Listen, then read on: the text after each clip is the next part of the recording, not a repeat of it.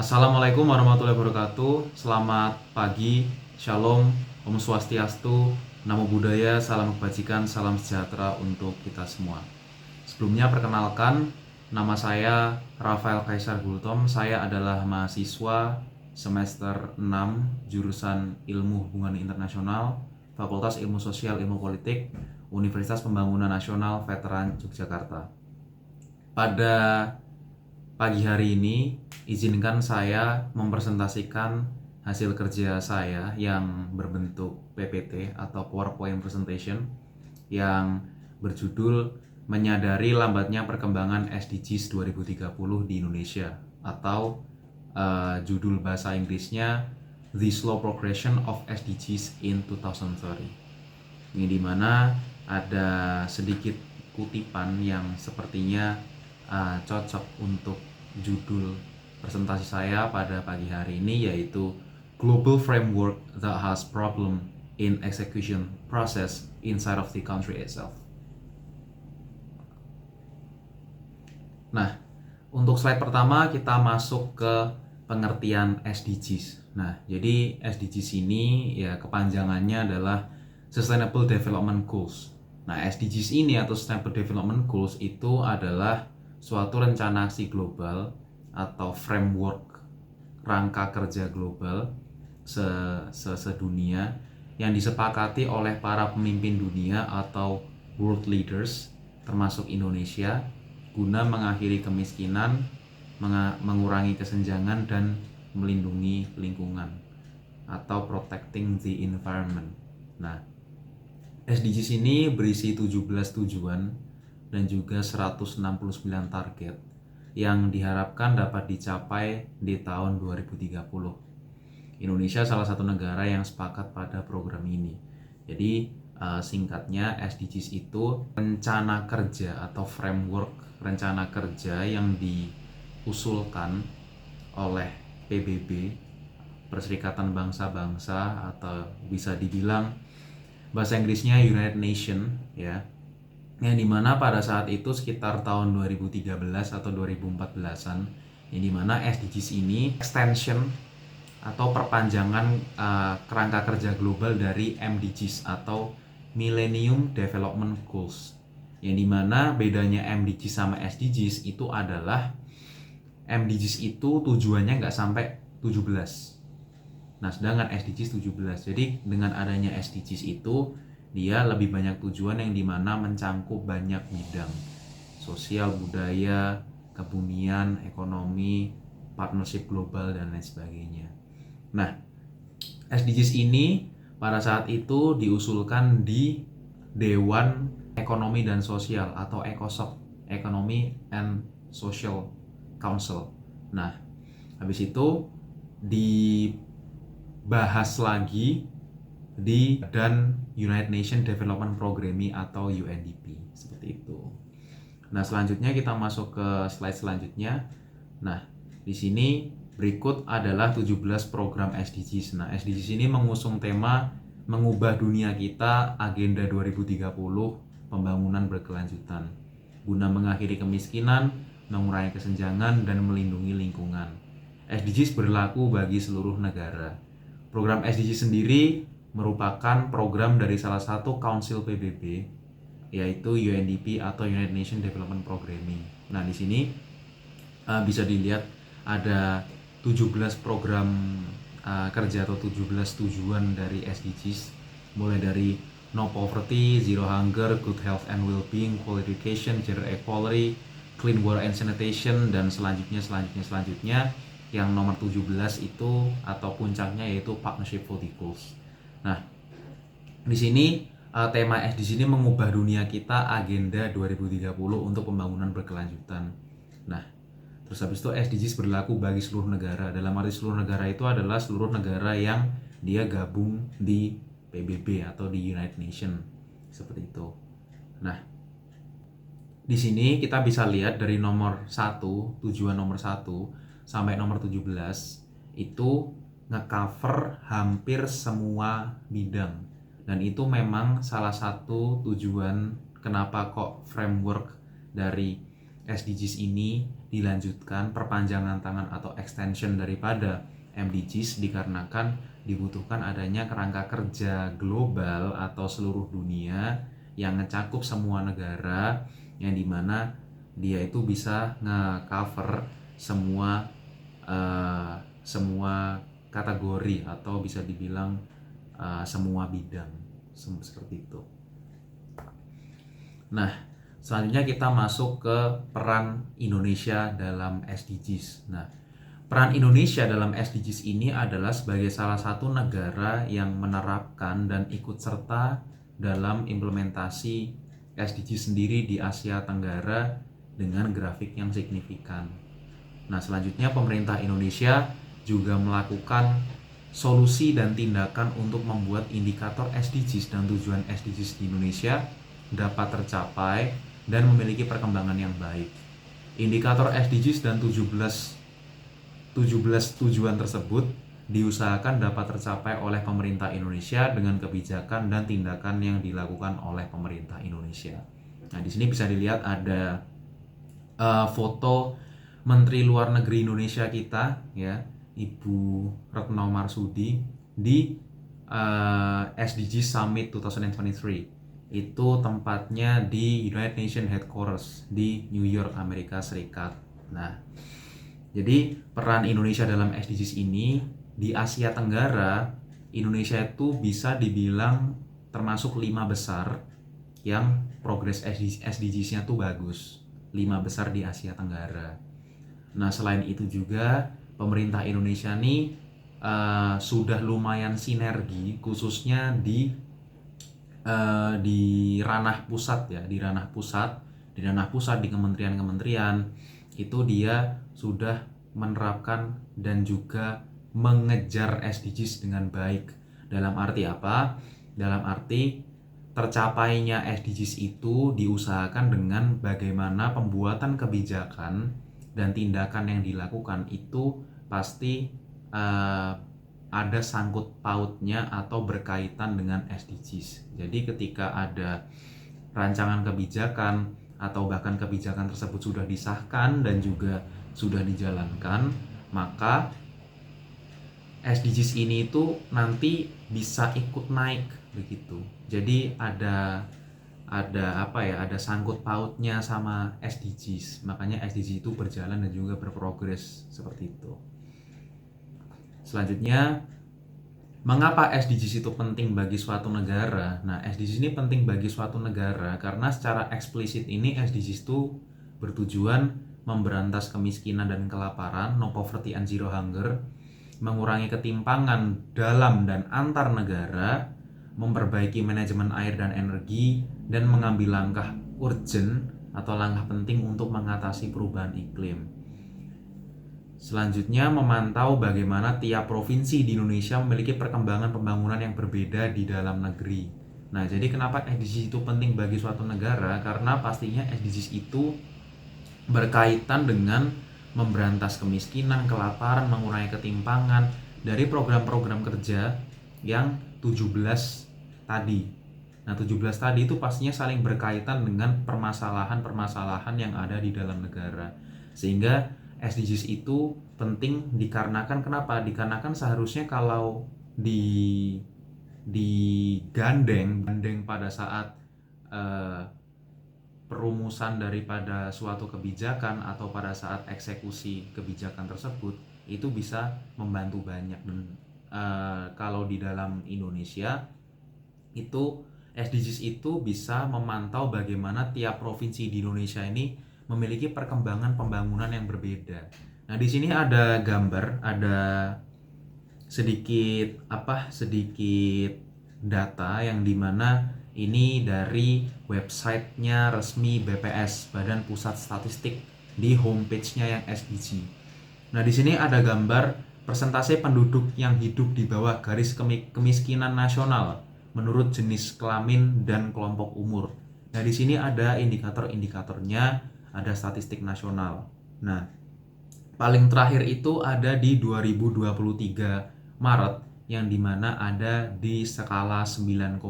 Bisa dilihat ada yang di bawah ini, yang di kanan atas ada 8 dan ada 10. Nah, untuk statistik provinsi kita bisa lihat di sini ada peta negara Indonesia, peta seluruh Indonesia dari Sabang sampai Merauke. Nah, terus habis itu di yang kanan di statistik provinsi per 2023 Maret bisa dilihat persentase penduduk yang hidup di bawah garis kemiskinan ini, provinsi mana aja yang paling banyak. Nah, ada warna-warnanya di yang kiri bawah di peta Indonesia. Yang paling kiri paling rendah ada 4,25, yang paling kanan paling tinggi 26,03. Nah, di sini yang paling banyak nih persentase penduduk yang hidup di bawah garis kemiskinan itu ada di Provinsi Papua, sedangkan yang paling rendah itu ada di Provinsi Bali. Dibacanya bisa dilihat di statistik provinsi, yang paling kanan bawah, Papuanya paling kiri paling tinggi, Bali paling rendah paling kanan. Seperti itu. Jadi SDGs itu bisa lihat bagaimana masalah sosial, nggak masalah sosial sih, bisa melihat kira-kira masalah daripada suatu negara tersebut dan bisa menjadi indikator pembangunan di setiap provinsi. Nah, ini nanti kalau hanya masuk di websitenya Badan Pusat Statistik yang di homepage-nya SDG itu nanti dari 1 sampai 17 suruh milih kira-kira mau nomor 1, tujuan nomor 1 no poverty, atau yang nomor 2 zero hunger, yang ketiga quality education, atau yang mana begitu. Jadi bisa dilihat kira-kira progresnya tiap provinsi.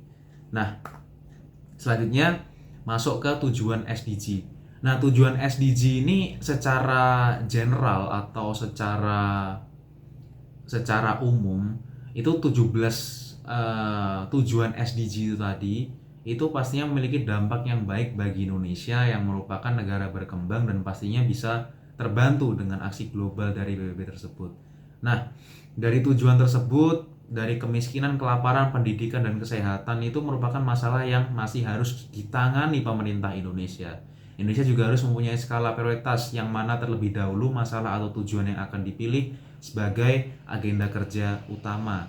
Selanjutnya, secara umum tujuan SDGs itu pastinya untuk secara ranah global, SDGs itu memiliki tujuan untuk mengurangi bagaimana ketimpangan di tiap negara dan juga mengurangi permasalahan daripada dunia yang berkelanjutan seperti itu. Jadi mulai dikit-dikit bisa dikurangi, dikit-dikit bisa dikurangi seperti itu. Untuk di dalam negeri pastinya mengurangi dan menyelesaikan masalah negara khususnya di bidang kebumian atau biosfer atau di bidang kemasyarakatan atau society, seperti no poverty zero hunger itu kan berarti kan dia mencegah daripada kemiskinan, terus habis itu kelaparan dan lain sebagainya, masalah ekonomi, dan partnership for the goals atau partnership untuk mencapai 2030 di akhir di SDGs nomor 17 tersebut. Selanjutnya, nah masih di tujuan SDGs di tahun 2030, UNDP atau United Nations Development Program ini mempunyai dan membuat skala prioritas yang direkomendasikan dalam implementasi program SDGs. Nah, dengan diagram skala prioritas, penerapan aksi global SDGs 2030 lebih mudah dipahami dan disesuaikan oleh negara masing-masing. UNDP merekomendasikan bahwa sektor biosfer harus ditangani terlebih dahulu berdasarkan rekomendasi dari UNDP. Nah, di sini ada diagram, ya, ada diagram yang ini langsung diambil dari websitenya United Nations atau websitenya PBB. Di sini ada diagram bagaimana UNDP itu membuat atau bikin yang namanya skala prioritas bagi negara-negara. Nah, di sini dari 17 program kerja SDGs itu dibagi menjadi 3 kategori. Yang pertama, kebumian atau biosfer. Yang kedua adalah society atau kemasyarakatan. Yang ketiga adalah ekonomi atau ekonomi. Dan selanjutnya yang paling atas puncaknya itu adalah SDGs nomor 17, Partnership for the Goals. Nah, yang pertama kita akan membahas tentang yang biosfer. Jadi UNDP itu dia merekomendasikan biosfer terlebih dahulu. Nah, contohnya apa? Contohnya SDGs nomor 13 ada Climate Action, ada SDGs nomor 6, ada Clean Water and Sanitation, terus habis itu ada SDGs nomor 15 dan 14 yang dimana berkaitan dengan kebumian dan mencegah kerusakan lingkungan. Nah, selanjutnya kita masuk ke yang society, naik satu tingkat. Nah, di society ini banyak SDGs yang dimana berkaitan dengan masalah kemasyarakatan. Contohnya no poverty, kemiskinan, memberantas kemiskinan, zero hunger, memberantas kelaparan. SDGs nomor 4 quality education, kualitas pendidikan. Nomor 5 SDGs nomor 5 gender equality, jadi kesetaraan gender dan lain sebagainya. Naik lagi ada di ekonomi. Nah, ekonomi ini ada SDGs nomor 8, 9, 10, 12 yang dimana berkaitan dengan pemberdayaan ekonomi dan juga berkaitan dengan SDGs yang ada di bidang ekonomi. Nah, paling atas itu ada partnership for the goals yang dimana ketika sudah tercapai semua maka bisa kerjasama untuk sama-sama maju, kira-kira seperti itu. Selanjutnya masuk ke kendala implementasi SDGs di Indonesia. Nah, kendalanya implementasi SDGs di Indonesia yang dimana di judul tadi sudah dijelaskan kenapa kok saya bikin judul lambatnya perkembangan SDGs di Indonesia, itu karena kendalanya itu yang pertama ada di strategi komunikasi. Nah, dalam arti strategi komunikasi ini itu dikuatkan buktinya dengan banyaknya daerah di Indonesia. Tingkat daerah loh ya, bukan tingkat pusat, yang masih bahkan tidak mengetahui akan adanya program kerja ini. Jadi di atas itu, di kementerian, level bawah presiden, di bawah presiden gitu, di level pusat itu mereka kerjain, mereka ngomong gitu kan, mereka keluar SDG. Cuman di bawah, di daerah itu mereka belum tahu. Bahkan mereka tahu tapi nggak terlaksana. Nggak digandeng gitu loh, nggak dikaitkan. Dalam hal apa? Dalam hal perencanaan program kerja, perencanaan kebijakan publik, atau eksekusi daripada kebijakan publik tersebut, atau ada institusi atau aktor apa yang di daerah yang tahu cuman nggak campur tangan di SDG. Nah, begitu. Padahal program kerja ini, program kerja yang program kerja SDGs ini banyak membantu khususnya di daerah dalam banyak aspek untuk pembangunan berkelanjutan atau sustainable development menjadi lebih baik dari sebelumnya. Nah, contoh di sini ada sedikit data, bisa dilihat persentase penduduk yang hidup di bawah garis kemiskinan nasional. Nah, di sini ada diagram masih sama tadi dari Badan Pusat Statistik ya. Di sini bisa dilihat bahwa di provinsi itu masih timpangnya tuh kelihatan. Timpangnya kelihatan, dari kiri ada Bali, dari kanan ada Papua. Bisa dilihat di kanan bawah ada peta Indonesia juga. Nah, seperti itu. Seharusnya ada lebih banyak data khususnya di SDG yang lain, karena ini kan SDG yang pertama yang no poverty. Bisa dilihat di quality education, terus habis itu bisa dilihat di clean water and sanitation, itu ketimpangannya kelihatan sekali. Bisa dicek di websitenya Badan Pusat Statistik, homepage-nya SDG Indonesia, seperti itu. Kendala yang kedua itu adalah masalah pembiayaan. Nah, daerah di Indonesia ini dari Sabang sampai Merauke pastinya dituntut untuk menerapkan SDGs agar target tahun 2030 ini tercapai semua 17 tujuan tadi. Nah, sedangkan masih banyak masalah lain di daerah Indonesia yang harus diselesaikan dan butuh biaya. Nah, balik lagi, setiap daerah itu punya yang namanya skala prioritas masing-masing. Skala prioritas ini menyelesaikannya pasti butuh dana. dana dari daerah itu ada dana APBD dan juga ada sumber atau resources lain. Nah, yang paling besar itu kan pasti dana APBD.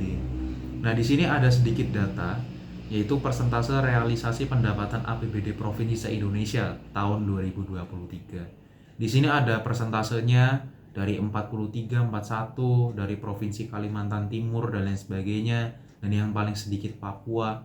Nah, korelasinya atau hubungannya dengan SDG dan juga APBD ini adalah realisasi daripada APBD ini pastinya jika tidak dikaitkan dengan bagaimana SDG itu ada dan pemerintah tahu, maka program berjalan tapi SDG-nya tidak terbaca atau tidak kedetek, sehingga SDG-nya masih stuck di situ. Makanya provinsi tersebut kalau dilihat SDG-nya ya segitu-segitu aja, nggak naik.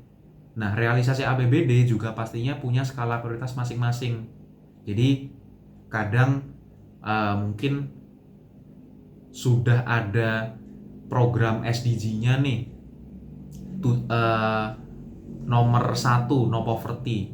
No poverty itu memberantas kemiskinan, pakainya APBD.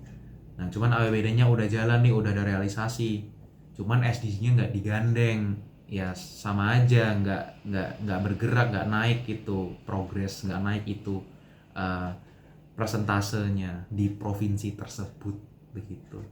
APBD juga pastinya realisasinya beda-beda, bisa dilihat, jadi masih kelihatan yang namanya ketimpangan antar provinsi, khususnya kalau membahas tentang SDGs dan juga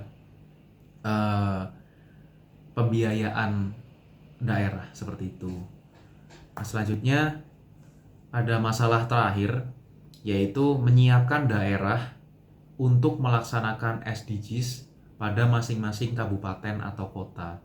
Nah, seperti yang kita ketahui, belum semua wilayah Indonesia dapat melaksanakannya. Tahu sih tahu, cuman apakah melaksanakan kan nggak tahu. Dan daerah tuh nggak cuman provinsi, kabupaten atau kota. Nah, dua ini yang penting. Bahkan sekarang ada SDGs desa, sampai desa turunnya. Ini kan koordinasinya, komunikasinya harus kuat. Dan pemerintah pusat pastinya harus bisa mempersiapkan bagaimana pemerintah daerah ini bisa mengimplementasikan SDGs seperti itu. Daerah di Indonesia memiliki skala prioritas dalam penyelesaian masalah sendiri-sendiri. Nah, di sini ada di kanan di PPT saya bisa dilihat ada skala prioritas dari Provinsi Kalimantan Barat. Nah, nih. PN1 memperkuat ketahanan ekonomi. PN2 mengembangkan wilayah untuk mengurangi kesenjangan. PN3 meningkatkan sumber daya manusia berkualitas dan berdaya saing. Selanjutnya ada kawasan industri 31 smelter, peningkatan peran UMKM, energi terbarukan, food estate 10 destinasi wisata dan lain sebagainya. Nah, jadi memang punya priority scale atau skala prioritas masing-masing yang dimana tiap daerah punya, dan seharusnya kalau kami melihat bahwa di sini sudah ada kaitannya sama SDGs, cuman memang daerah menggandeng atau mengaitkan dengan SDGs atau enggak, itu seharusnya yang paling penting. Karena ketika sudah terrealisasikan tapi SDGs-nya sepertinya tidak digandeng, nah pastinya kan SDGs tersebut tidak berprogres seperti itu. Terakhir juga bagaimana pemerintah daerah itu dia harus siap, dia harus tahu, oh ada SDG. Oh, kalau mamanya mau ngerealisasi SDGs itu harus apa? Harus digandeng SDG-nya. Oh, contoh nih, mau energi terbarukan. Nah, energi terbarukan kira-kira SDGs apa bisa? Nah, begitu. Jadi ada ada keselarasan antara prioritas pemerintah daerah dan juga SDGs tersebut.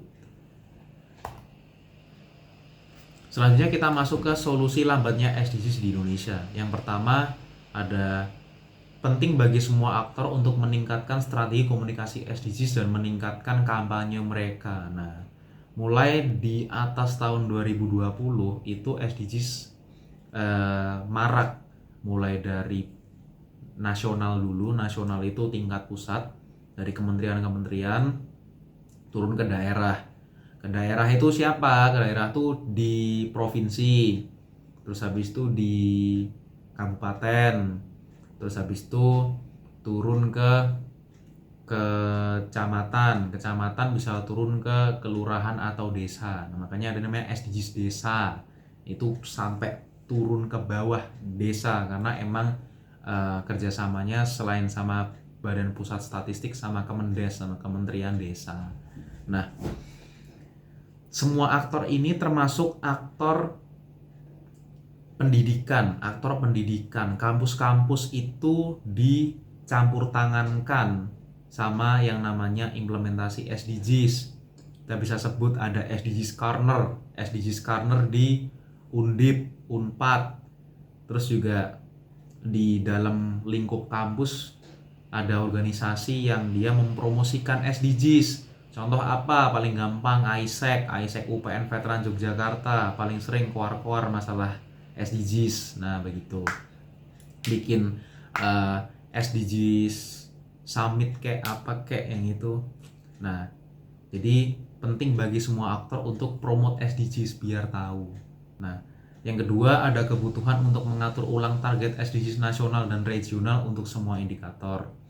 Yang ketiga, identifikasi kebijakan dan saran yang tepat yang diperlukan untuk mencapai SDGs. Yang keempat, kembangan pengetahuan, kapasitas, dan inovasi untuk mengimplementasikan SDGs. Dalam arti yang nomor 4 ini, SDM atau sumber daya manusia yang berkaitan dengan SDGs itu harus dilatih, harus tahu, harus paham. Pengembangan daripada kapasitas, inovasi, dan pengetahuan yang diperlukan untuk bagaimana SDGs itu bisa berprogres dari daerah, terus habis itu pusat, habis itu nanti bisa dilihat progresnya di tingkat nasional, kira-kira seperti itu. Selanjutnya kita masuk ke kesimpulan. Nah, kesimpulan daripada presentasi pada pagi hari ini itu adalah SDGs ini kepanjangannya Sustainable Development Goals, yang merupakan suatu rencana aksi global yang disepakati oleh para pemimpin dunia termasuk Indonesia guna mengakhiri kemiskinan, mengurangi kesenjangan, dan melindungi lingkungan. SDGs ini berisi 17 tujuan dan 169 target yang diharapkan dapat dicapai pada tahun 2030.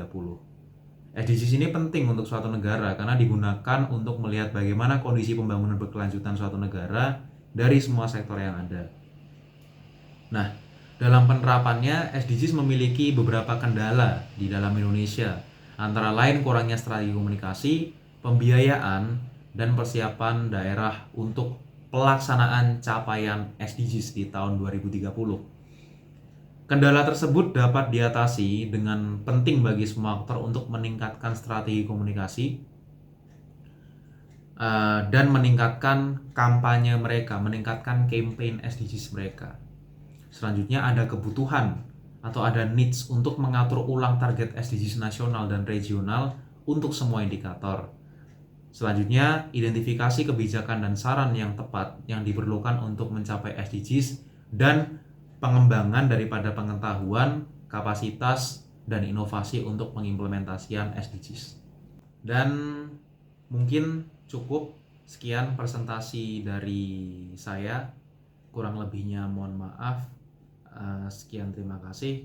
Mungkin sebelum saya tutup, saya mengutip sedikit kata-kata atau quotes dari saya sendiri, yaitu big achievement comes with small step and struggle.